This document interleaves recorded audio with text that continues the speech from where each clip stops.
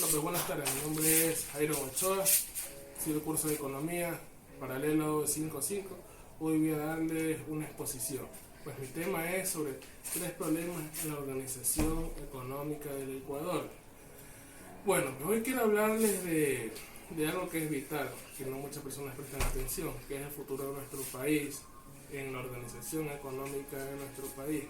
O sea, como sabemos, vivimos en un país lleno de recursos naturales, los cuales no aprovechamos, en una ubicación estratégica y un pueblo lleno de potencial el cual no explotamos. Sin embargo, a pesar de todas estas fortalezas, ¿por qué nuestro país sigue estancado y no sigue a un plano superior? O sea, no alcanza un desarrollo pleno. Pues hoy vamos a exponer 3 de esos problemas, los cuales son la dependencia del petróleo, la informalidad laboral y la desigualdad regional. Pues bueno, primero tenemos 3 objetivos. El primer objetivo sería analizar el problema. El segundo es ver cómo afecta nuestra vida diaria. El tercer objetivo sería ver cómo podríamos solucionarlo. Pues bueno, empecemos con el primer problema, que sería la dependencia del petróleo. Bueno, pues primero hablemos de un tema que todos conocemos, que es el petróleo. Gracias a los ingresos del petróleo nosotros hemos tenido construcciones de obras como hospitales, escuelas, carreteras, los cuales nos ha beneficiado mucho.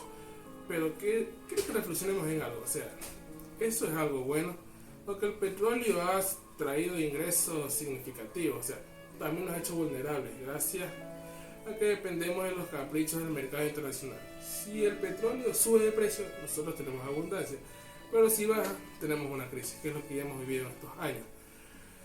Pero eso no es todo, o sea, nuestra biodiversidad se ha visto afectada gracias a la explotación del petróleo, ya sea escuchado hablar sobre la mano social Chevron o el Yasuní ITT, han sufrido las consecuencias de la explotación del petróleo.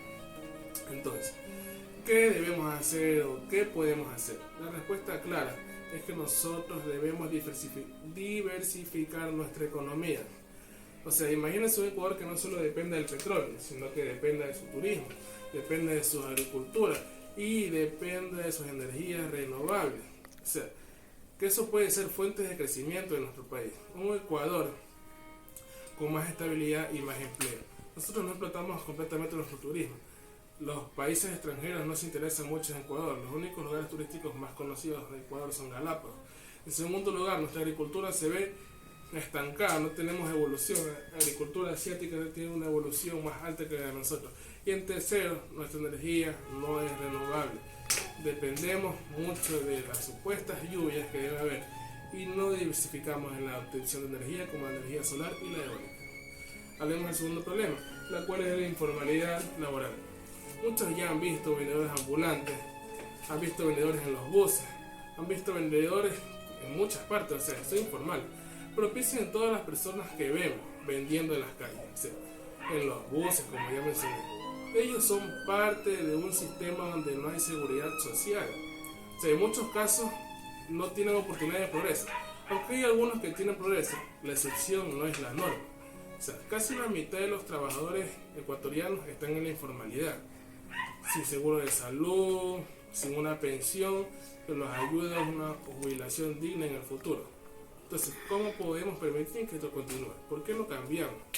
Bueno, podríamos dar una solución que es formalizar el empleo. O sea, pero ¿cómo logramos eso? Primero debemos hacer que sea más fácil para los emprendedores registrarse a acceder a un crédito, lo cual nos ayude a que su emprendimiento siga creciendo. Eso nos ayudaría a nosotros como ecuatorianos a poder consumir lo local y no consumir lo internacional. Porque si nosotros consumimos lo local, eso ayudaría a que la economía del país siga subiendo. El tercer punto sería la desigualdad regional y social.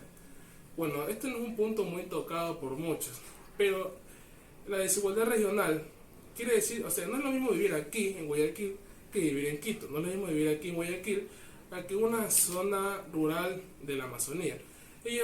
Algunas zonas rurales no tienen acceso a la educación, a la salud y sus infraestructuras son básicas, prácticamente se están deteriorando. Hay comunidades que todavía no tienen acceso a agua potable, o sea, ni siquiera tienen carreteras por donde llegar a la ciudad. Esta desigualdad está frenando el crecimiento económico de nuestro país. Pero aquí está lo importante, o sea, no podemos crecer como nación si dejamos atrás las partes vulnerables, nuestros ciudadanos vulnerables. O sea, necesitamos políticas que aseguren que todas las regiones del Ecuador tengan las mismas oportunidades de desarrollo que tenemos aquí, tanto en Guayaquil, que las tengan también en las zonas rurales de la Amazonía. O sea, sería algo grandioso. Pero si nosotros queremos lograr todo esto antes mencionado, tenemos que erradicar el problema de raíz.